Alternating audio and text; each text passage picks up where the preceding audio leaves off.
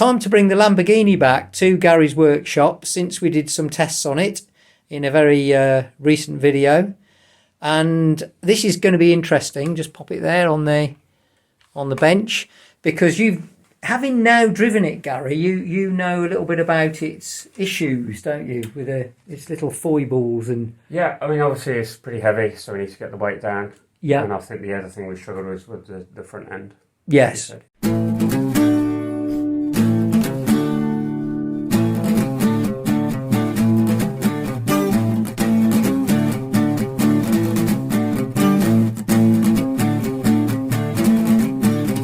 These are the items we've ordered. Yeah. Or the items that you asked me to order. So what have we got there? What's that? These are eccentric bearings. So Okay. what we'll do is put these on the front axle, and it will lift the front axle up higher into the body, which is what we did with your Auto Art Porsche. Right. So that will give us giving us that lift. What's the benefit of that? It'll make the ride height lower at the front, and it will get more of the guide in the slot rather than being pushed up by the front tyres. Right, okay. And then the other thing we have bought is this, which we've seen, or to be honest, I covered this in the last time we brought this over. So this is is it a Lexan interior, yeah. Lexan interior. So this is an ultra lightweight interior, yeah. Which those looking at the previous video we did was lighter than a piece of tissue paper. So that is seriously light, and it's obviously all black, so you can obviously paint it if you so wish, but obviously that's going to replace the current interior and reduce the weight. I think this car has probably been taken to bits for as long as it's been raced now. We're on the must be a record for how many times a car ends up in a workshop. Probably like a real one, actually. I would imagine that a real Hurricane Performante probably spends a lot of its time in the workshop getting fixed. Right, so which are we going to do first? I noticed that this Lexan cockpit doesn't have any engine detail, so we can keep that. Yeah, we could keep it. It depends. Should we weigh it, take it out and weigh it? We'll weigh it all for sure. We can certainly replace this with something lighter. Yes. But if you want to keep the aesthetic, yes, then it's easy enough to just replace the front part. Yeah. You know what? I think what we'll do, let's see what it looks like with the engine removed, to see if aesthetically it makes much difference. Because if it doesn't, I'm quite happy to remove it, keep it as a spare, and then I can always put it back in. So the engine is out. There you go, look. I've already removed the engine. What is fascinating with this, I've just noticed this. I'm going to zoom in, hopefully the camera will pick it up. Look at the detail there. It does actually have Lamborghini embossed into the heads, just like it does in a real one. Now I hadn't noticed that before because my eyes aren't good enough to pick that amount of detail up, but that's pretty cool, folks. So we've got the body shell off, and what we've discovered here, or what Gary's discovered, is that this is not what we were expecting. It appears that the body shell and the interior, if you like, are all moulded together. Yeah, you can see here that the front of the car along this edge, that's not separate, that's moulded together. Yeah. And what I think is that the front of the car here and then back to this interior tray is all one part, and then the rear of the car is a separate part that then comes around the sides and is attached via the doors, basically. So the danger then really is that if that interior part is integral to the construction of the car, we've got a problem, because it could actually cause the body to become permanently damaged if we take it out. Because we did think it would just unscrew, didn't we? That we just take the screws out. Yeah, we've taken the screws out, and this just makes me really question why the screws are even there. Yeah. If the interior is part of the construction That's of the a very body, good point. What are the screws even doing? That's a very good point. Yeah, it's not even glued; it's moulded into the hood of the car. It's the same part. That's just bizarre, absolutely bizarre. So the only option then, really, we can consider is to literally cut it out, but we must leave the posts here intact. So that the body Yeah, can that's the still other be thing. The attached. body posts are actually attached to this interior tray, which I Yeah. suppose makes sense if it is the front of the car, because then it's not an interior tray; it's part of the car. But yeah, whichever way you dress it up, these posts have got to stay. Yes. Special protective glasses on. Ready? Yes, he's going to go for it.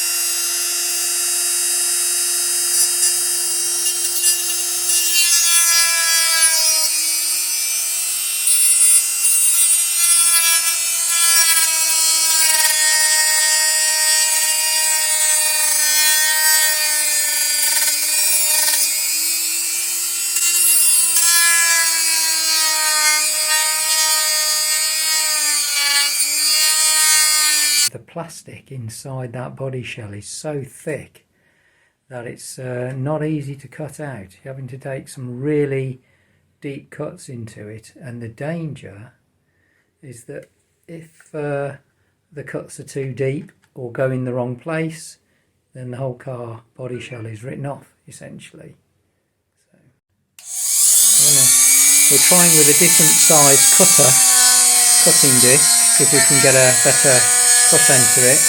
Now, one thing I would say to anyone watching at the moment, first of all, don't try this at home. Gary has got protective glasses on for doing this, because these can have bits flying everywhere. The other thing I would point out to anyone watching this is something you can't do with a video game. I mean, these things are what fascinates me, because you can make these changes and you can make these modifications onto something that physically exists. So you're not, this is not something you have a download on a video game and you just click a button on your mouse. This is actually modifying a vehicle, a real physical thing. Might help if you press record. So what we're doing now is we're slicing the interior tray down the middle, as you can see there, and we're doing it because it's the only way of getting this out and getting access to it. So the interior as it was is now officially scrap. So there's no going back now. So we've got a different tool now, which is a grinding tool. We've cut out what we can, but now we have to grind out the rest of it. What we're discovering is the way that the integrated pieces are glued to each other, making it extremely difficult to take this car apart.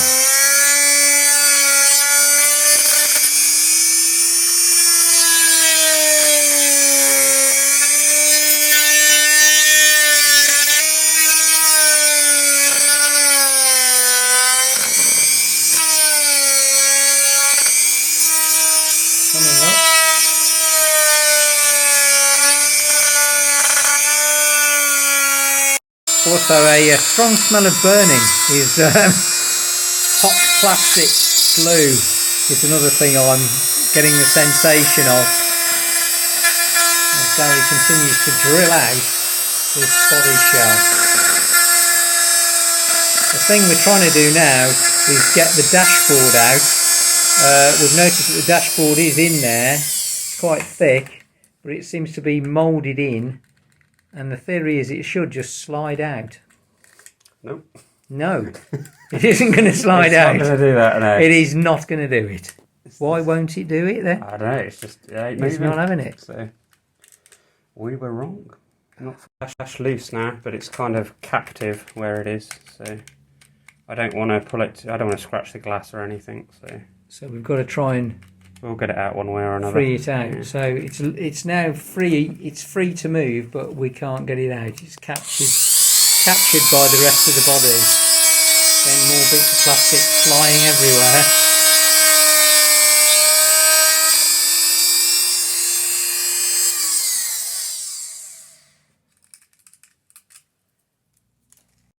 Is a rare thing to see, I think, these days. It's one of those rare skills that I think is sadly disappearing. Unless we get some more young people coming into the hobby and doing stuff. He's got it! Success. He's out. Yes, that is the Lamborghini dashboard removed. So we've got the engine out. Certainly. Yes, we've got the engine out and we've got the dash out. There's the dash, look. There's something interesting to show people. Now, with the Lamborghini Huracan Performante, the dash can actually rotate into different modes. Anyone who's into Lamborghini will know that. And this one looks like it's in its rotated mode. So they've built the dash in the, what do they call it? Corsa mode. It's in Corsa mode. There you go. So there is a Lamborghini dashboard. We're making some slight adaptations to the Lexan interior to just give it a bit of flexibility so it goes in a bit easier. A lot of work with cutting out bits and bobs using a scalpel in various places. We've finally got the Lexan interior inside the car. Look at that. It's done. Fantastic. What Gary's done is finally got the Lexan interior back in, so that's in there. You can see just about see the driver. We'll have a closer look when I get it back onto the track. But I was just showing you another thing we've noticed here as a unexpected byproduct. When you look through the back of the glass, what you now see is the actual motor itself. So rather than looking at a piece of moulded plastic, you're actually looking at the motor underneath. I don't know whether you can see that with a red top on it as well, just like a proper Lambo. That's a massive improvement in the aesthetic. I love that. So the next job we are doing now is changing these. What were they? The bearings, brass bushings. Yeah, we're going to change the bearings on the front axle for concentric bearings, which means that it will push the axle up higher in the mount. Right. And that means that the nose will sit lower? Correct. Is that right? Yeah. So nice. If you can see on the lens there, there's a little impression at the bottom of the bearing. There's like a little dimple. Yes. So just about. That's the low side of the bearing. So the hole for the axle is actually at the top of the bearing. Right. Okay. Okay. So that means that when the bearing's sitting like this, rather than the axle running through the centre of it, it runs through the top of it, which is what lifts it up. Right. So the important thing with these is obviously to get them aligned correctly, because if you have that hole at the top and then it's slightly wonky on the other one, it's working against the axle being straight because it's trying to bend the axle. Okay. So we've just got to make sure we align both of these correctly. But the fact that the bottom has a dimple in is what helps it, because that will naturally, it will rotate. Rotate into that point, yes. What we're having to do now is, because these new bearings have gone on, we now need to put some shims on it to stop any play in the axle. Yeah, we've got about 1.3 millimetres of lash here. Right. There you go. But so we've got to reduce that. So it's probably 1.2 each side and it'll be good. Flipping heck. 0.6 so where we thought this would be an easy straight swap, of course it's not. More to do. Because they're so awkward, they do stay on the axle. So you don't need to worry about them falling off when you take the axle off. Right. So somewhere on there is a shim on that. But two. There got are two. A 0.5 and a 0.25. Look at this. I mean, capturing it on the camera is near impossible because we're looking at microscopic sizes that we're working with here. Right. If those don't stick out of the body, Yeah. we'll use those. We're all right. If they do, then we'll have to readjust. Yeah, if they do, what we could do is turn it into a Lamborghini wide body and stick some massive great big. You're good. You're good. Yes, thank goodness for that. I was getting worried there. I might have to turn it into a wide body Lambo to encompass the wheels. Mind you, that could be an idea, a wide body Lambo. It is done. So we've got the interior removed and replaced by a Lexan interior. We've got the rear engine, the plastic engine removed, and now a straight through visible view of the motor. And now we've got the front end far better, lower to the ground and far better balanced. So the question is now, how much difference will it make to the overall performance on the track? There's no doubt the car looks absolutely fantastic. And what we'll also do is put it on the scales when I get it back, on the same scales that I put it on. So we're doing like for like to see how much weight we've managed to trim off it by doing these pretty extensive changes.